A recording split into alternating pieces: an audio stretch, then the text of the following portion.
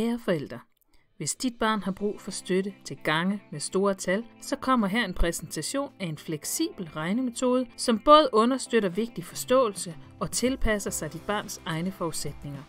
De fleste metoder til gange, som vi selv kender fra tidligere, de er bygget op omkring en helt fastlåst procedure, som blandt andet kræver, at man kan alle gangestykker fra de små tabeller udenad. At være fastlåst til altid at skulle gøre det på samme måde, det gør både metoderne vanskelige at benytte for usikre elever, og samtidig begrænser det de stærke elever, som ville have kunnet nøjes med færre mellemregninger, men nu bliver nødt til at skulle hele proceduren igennem alligevel. Den fleksible metode, som præsenteres i den her video, den adskiller sig ved, at mellemregningerne kan tilpasses den enkelte elevs tænkning og forudsætninger, og så arbejder den med tal i stedet for cifre, hvilket understøtter elevernes forståelse. Metoden kaldes for arealopdeling, fordi den bygger på, at alle gangestykker kan opfattes som arealet af et rektangel med hver af de to tal som rektangels sidelængder. Lad os prøve med regnestykket 16 x 27.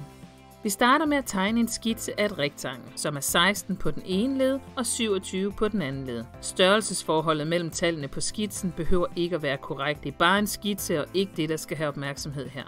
Så opdeler vi arealet i mindre arealer ved at splitte en eller begge sidelængder op i mindre dele. Hvis man ikke lige har en god idé, så kan man altid støtte sig til forståelsen af tallenes opbygning og dele op herefter. Så lad os starte med at prøve det.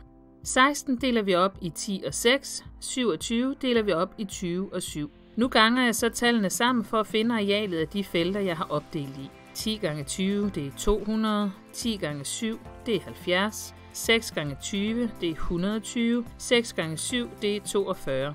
For at finde det samlede areal, og altså resultatet af regnestykket, så skal jeg have lagt alle de små arealer sammen. 200, 120, 70, det er 390, så de sidste 42. Jeg lægger 10 over til 390, det er 400, og så er der 32 tilbage, så 432. Det gik jo fint. Det gjorde det, fordi vi ikke var udfordret med at gange med de tal, som vi havde opdelt i. Men hvis nu man ikke er vild med at gange, f.eks. med 7, så kan man vælge at dele det yderligere op ved f.eks. at splitte 7 op i 5 og 2. Lad os prøve det. Så bliver det 10 x 20, det er 200, 10 x 5, det er 50, 10 x 2, det er 20, så har vi 6 x 20, det er 120, 6 x 5, det er 30, 6 x 2, det er 12. Måske kan jeg nu se, hvor jeg skal lægge tallene sammen, at 50 og 30, det er 80, og 80 sammen med 120, det er 200. Så der er 200, så er der 200 mere her, og de sidste 20 plus 12, det er 32, så 200 plus 200 plus 32, det bliver stadig 432. Man kunne også have valgt at dele yderligere op ved også at dele 6 op i f.eks. 5 og 1. Nu 16 delt op i 10, 5 og 1. 27 er delt op i 20, 5 og 2. Det giver flere små felter, men også nogle meget lette mellemregninger, som vil være foretræk for nogen. 200 plus 100, det er 300. 20 og 5, det er 25. Sammen med 25 mere er det 50. Dem kan vi lægge sammen med de andre 50, så har vi 100 mere. 20, 10 og 2, det er 32. Så i alt bliver det stadig 432.